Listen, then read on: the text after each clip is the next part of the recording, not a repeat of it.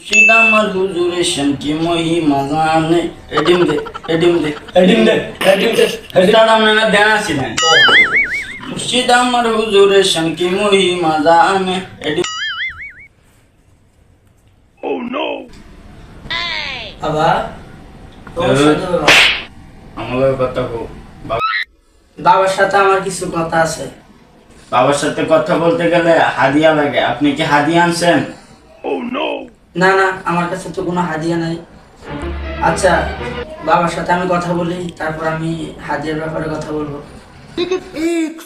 বাবাকে দেনটা ভাঙতে বলেন, আমি বাবাকে 500 টাকা হাদিয়া দিব। না না, বাবা তো টাকার বিনিময়ে দেন ভাঙে না। আচ্ছা, আপনি বাবার সাথে একটু কথা বলেন। বাবা 500 টাকা দিব কইছে। আসলে না, দামি কিছু স্যার।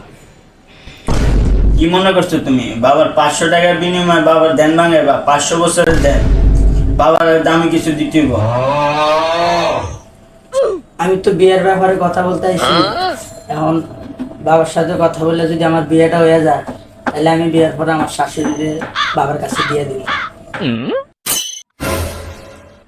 বাবা দামি কিছু শাশুড়ি দিব বাবা।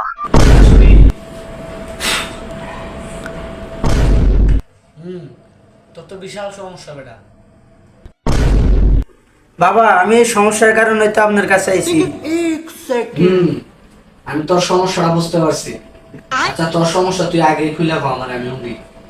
বাবা আমার না 80 বছর বয়স চলে, আমার এখনো একটু বিয়ে হয় নাই বাবা। আমার কি বিয়ে হবে না বাবা?